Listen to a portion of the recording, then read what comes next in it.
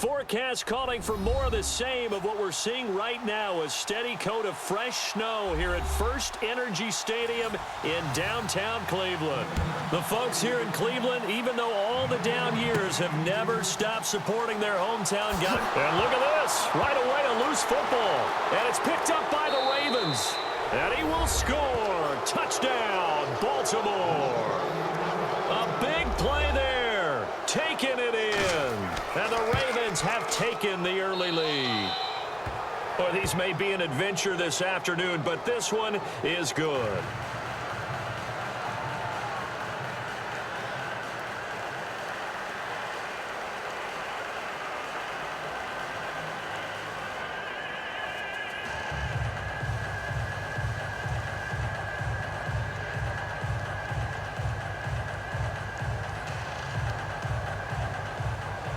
And you can bet they're preaching two hands on the ball here as the kick's away following that fumble return. This one taken just inside the 10. And a nice job there as he gets this one up just shy of the 35-yard line at the 34. And now the Browns coming out on the field.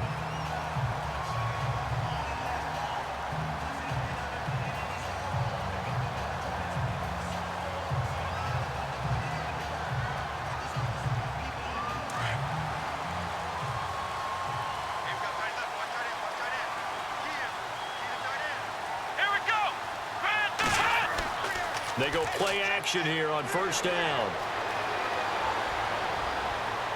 And they didn't wait long to take a shot there, that's for sure, but it falls incomplete, and it's second down.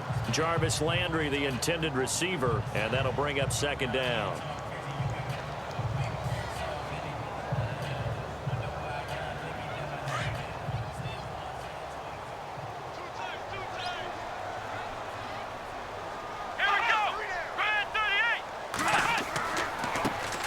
First carry for Carlos Hyde. And he'll rumble for about 5, up close to the 40. I think that's the type of run we'll continue to see throughout this game. The snow coming down, I don't expect a lot of big plays to be broken.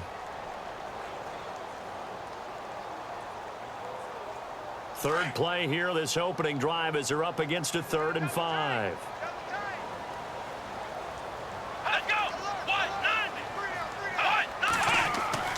Now it's Taylor. To the right side, and he's got Landry complete. And he'll go out of bounds. It appears right at the 45. They get 5 out of that one, and it moves the chains. That throw's not going to get them a whole lot, but that really didn't matter, did it? They got what they needed on that throw. Picked up the first down, and I'm going cliche here. Game of inches, partner. Absolutely. And you talked to me a lot about opening drives, how key those are to set the tone. You kept the drive alive. Third down conversion here's big. That's what they were aiming for. You want to keep moving the sticks, get into a rhythm, gain confidence as you go along. And right now, mission accomplished. And some space here. And he'll be brought down at the 45-yard line. And before this second down play, we'll get a whistle, a signal, and a timeout as they get the stoppage with a little over 50 seconds to go in the first half.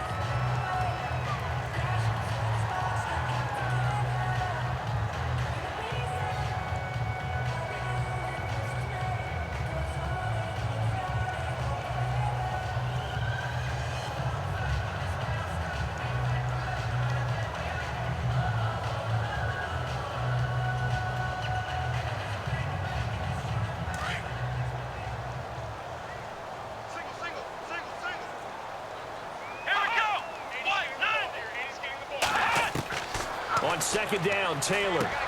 He dumps it to Hyde. And he's going to be out of bounds down around the 35-yard line. It's another 10 yards on that one and another first down. And they're getting him involved early. You feel like they saw something on tape, or they just have a sense with him because he's had a good week of practice or something in that area that they want him involved. Just as you said, they want him to touch it either in the running game or the passing game, but they must like the matchups they're getting. Throwing now, Taylor on first down. And no escaping this time as he'll go down. They got him for a sack. Now before this second down play, we'll get whistles and a timeout, as the clock will stop with 45 seconds to go in the first half.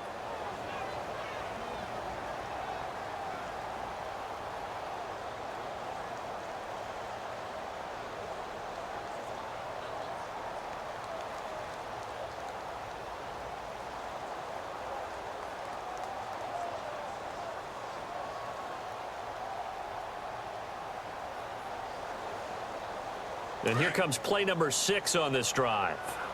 Single, slot. Hey, you're on an island over there. Here we go. Grand 38. Hot. Now Taylor to throw on second down. He's got a man. It's Corey Coleman. And he'll get this one down to about the 20-yard line.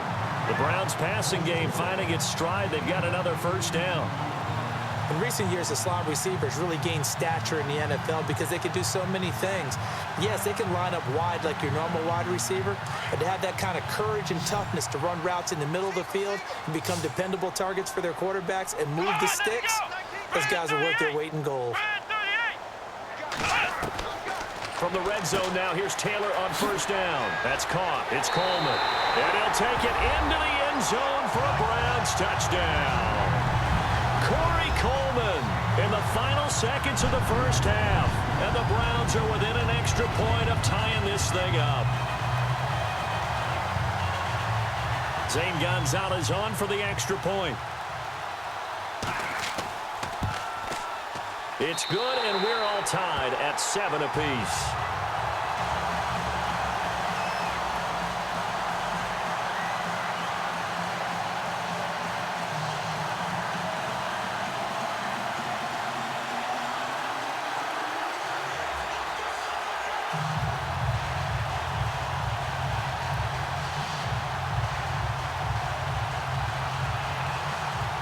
So we're right back where we started, all even as the kick's away. The return man, Chris Moore. And it's a pretty good return here as he'll get it up to the 29-yard line. The Ravens offense now, they get ready to head back on the field. And from this spot in the field with the clock where it's at, you think we're just going to see a knee and that's it? And I think in this situation, that's the proper play. But we do know there's some risk takers out there that may want to take one more shot before the clock runs out.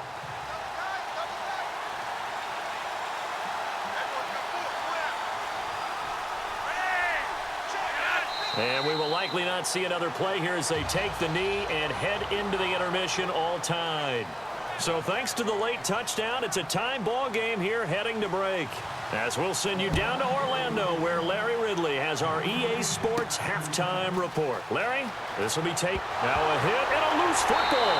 And this is picked up by the Browns. And his guys are going to get the football at the 28-yard line. And careless with a football there on the kick return. And one thing I love about going to practices is trying to get around coaches and hear their catchphrases and what they really emphasize. We haven't been to a single one yet this year where a guy fielding a kick, you don't hear, tuck it away, tuck it away, tuck it away. And this time, they turned it over. Ball security eluded him. So statistically, both of these offenses having a rough time getting a running game going. But, boy, what a nice play there defensively. Tackling him behind the line, but you're right. You look at the numbers. Neither side looks on track in the ground game. They go play action with Taylor. Taylor hit. He lost the football. And it's picked up by the Ravens. And he's able to get it back to the 33-yard line. Playing in snow brings so many other factors into the game. It's not just trying to take care of the ball, and we just saw there that that's difficult to do, but just trying to keep your feet and carry out your assignments and make sure you're comfortable while you're out there playing. Are you warm enough in your clothing? A million things going on, but the biggest one, hold on to the ball.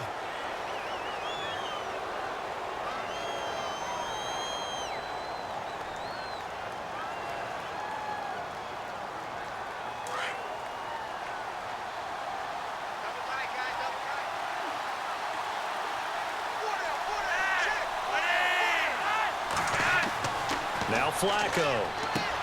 It's caught left side by John Brown. And he'll get it up near the 35, right at the 34 here. A gain of 6 there on first. I know many people like to throw to the tight end, maybe in a little flexed out position because he creates mismatches with his size. But slot receivers do the same thing with their quickness, their speed, and their route running savvy. Well, time not on their side here. In fact, a lot going against them. They do have a small glimmer of hope. No one likes to play extra football. They want to go for the win right now. Flacco to throw. He's going to float this one deep right side. And this is going to be intercepted. Picked off at the 14. And a big turnover there as his guys will get the football back. So how about that for a momentum switch? We're in the fourth quarter and it's a tie game. You've got to take care of the football here. Now their opportunity to take the lead right out the window, and everything is flipped in the other direction. And he'll be a couple yards shy of the 20 at the 18. It's a 4-yard pickup, and it'll be a second down. What do you think? Play this safe? Just worry about getting to OT? Yeah, don't make any risky throws. It's going to change the outcome. But if anyone slips, take the big shot. Here we go. Brand 38. Brand 38. Taylor to throw. That's complete. It's Gordon. And they'll get him down here at the 23. That catch good for 5. It's third down. What a big tackle there defensively. One of the most difficult things for a defender to do, and think about the speed that he brought down. If he gets away, he's likely gone. And here in overtime, if the team that receives the ball scores a touchdown, it's over. If they don't, we can still have some more football. That's exactly right. If they go down and kick a field goal, the other team gets a possession to either match it or score a touchdown to win the ball game. If both teams kick field goals, the next team to score wins. But if the receiving team throws a pick six or fumbles the ball and it gets picked up by the defense and they score, the game is over at that point. This one taken just inside the 10. And a good return as he'll be stopped just shy of the 30-yard line. Now the Browns offense, they get ready to head back onto the field. Running left, here's Hyde. And he's not even going to get back to the line of scrimmage. And they'll lose a yard that time, and that's going to lead to a third down. We all have habits. We can be somewhat predictable, and you know me pretty well on second down and short. What I like to see? Play action. Yeah, without a doubt. I thought that was a great spot to call it. Instead, didn't go their way, did it? No, defense sold out for the run. Worked out well. Here we go. Third down, Carlos Hyde. And not going to be able to push this forward. He runs into a wall right at the line of scrimmage. Decision time now on 4th and about 1.5 yards. I can still hear my high school coach, John Ford, right now. I want my #1 play with my #1 runner over my #1 blocker. Get me the first down. But some may very well say, punt this thing away, pin them down deep, and play field position. And he gets this away, and look at this. This is a good one. And this will be out of bounds. Now it's a question of where they'll mark it. And they'll say it crosses at the 11-yard line.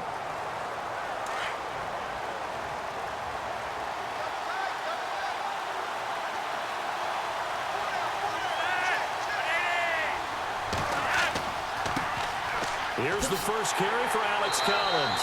And not much there at all as he'll get this only up to about the 11. Now whistles come in. We're going to get a timeout here by the offense. They'll be left with just one remaining here at OT.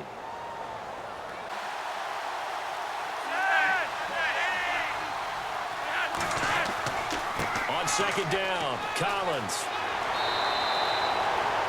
Now another timeout called for by the offense. They'll be left with just one remaining here at OT.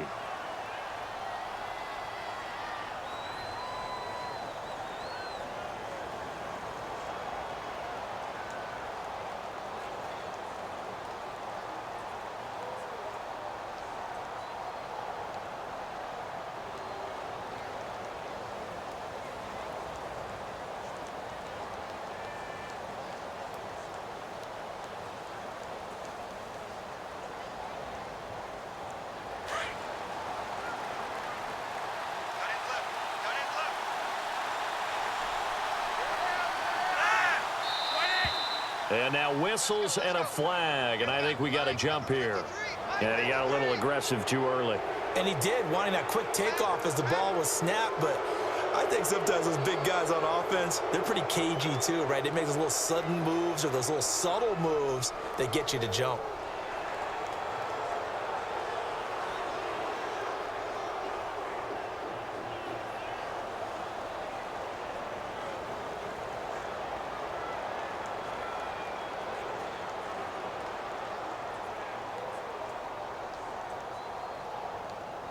So 5 yards remain now. Still first down.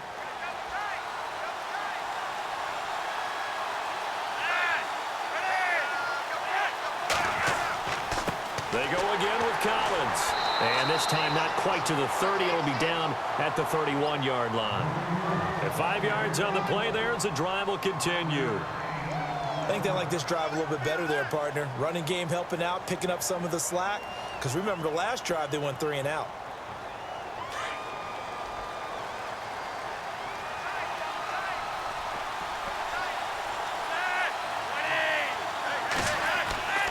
Here's a first down run with Collins. And running room scarce here. He's going to be stopped in his tracks at the line of scrimmage. Now the offense will burn their third and final timeout. That's their second and last timeout here in the overtime session. We'll be back.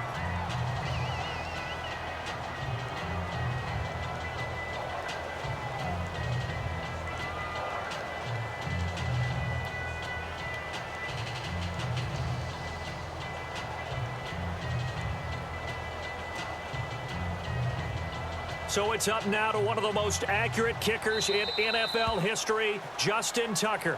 Now a second timeout called for by the defense. They'll be down to just one remaining as we step aside here in overtime.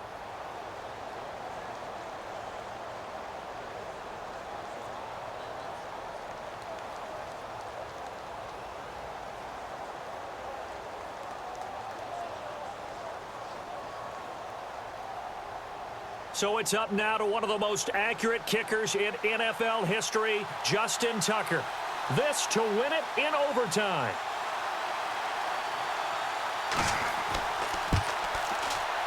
And he got it. The kick is good in overtime. He's able to split the uprights. We were just treated to an absolute dandy in this one. A great finish in overtime with a long field goal. Everybody, including us, on the edge of their seats. Quite a game. And it's rare that you get a game into overtime, then it doesn't turn out to be a dandy, right? That's what we saw here. And just what you were talking about, a long field goal to win it. So definitely not a gimme. So there was tension all the way through until the ball went through the post. But it did go through the post. Ice water was in his veins. So that'll do it. For my partner, Charles Davis, and the best darn crew in the industry, I'm Brandon Gaunt. This has been a presentation of the NFL on EA Sports. With that, we say so long from Cleveland.